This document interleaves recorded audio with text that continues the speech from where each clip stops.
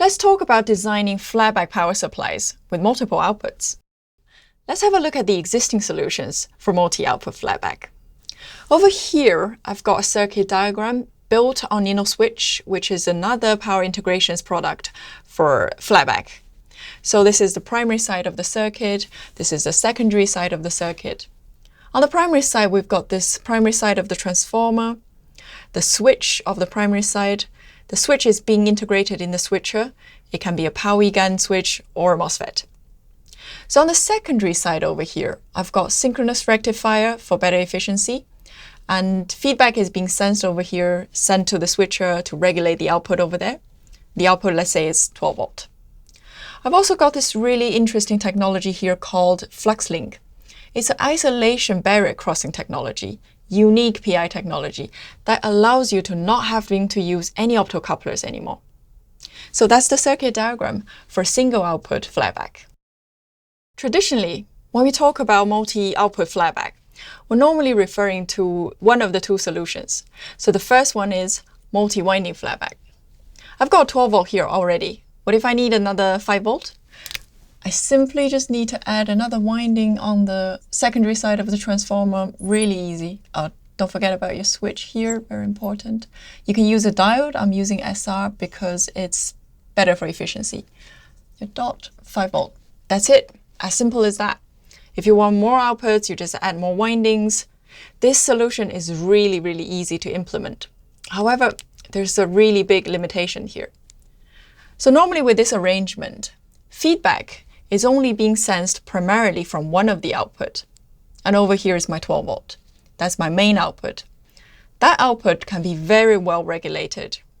However, the regulation on the rest of the circuit, not so much, not very good. And you don't want that. Say for this 5 volt, the regulation can be as bad or even worse than 10%. So what if you do want accurate regulation on multiple outputs? So if you do want accurate regulation on multiple outputs, you want to go for flatback plus DC-DC. So I've got 12 volt here. If I want my 5 volt to be accurately regulated, I just add a DC-DC, say a buck circuit over here. That's my 5 volt.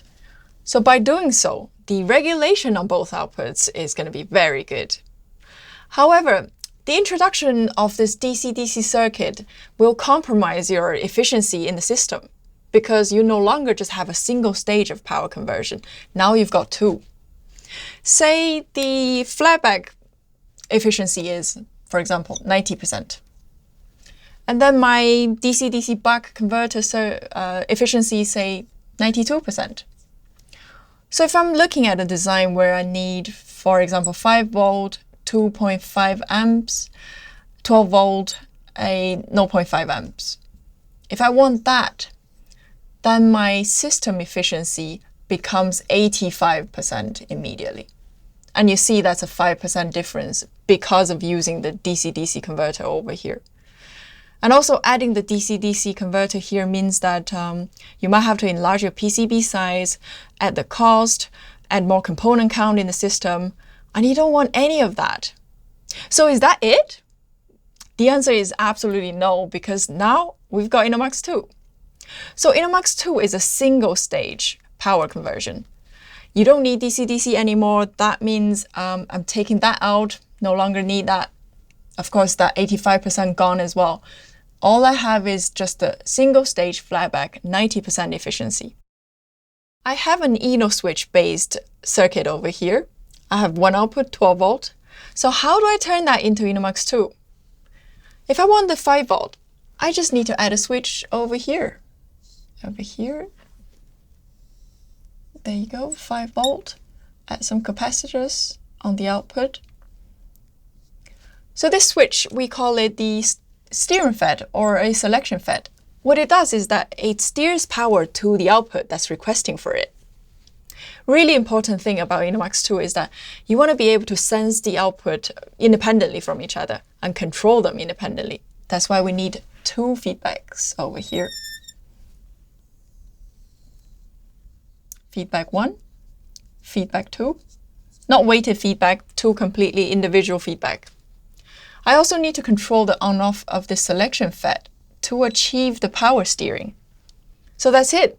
That's the circuit of InnoMux-2. Let me show you how InnoMux-2 delivers excellent regulation on all of the outputs. Here's an example.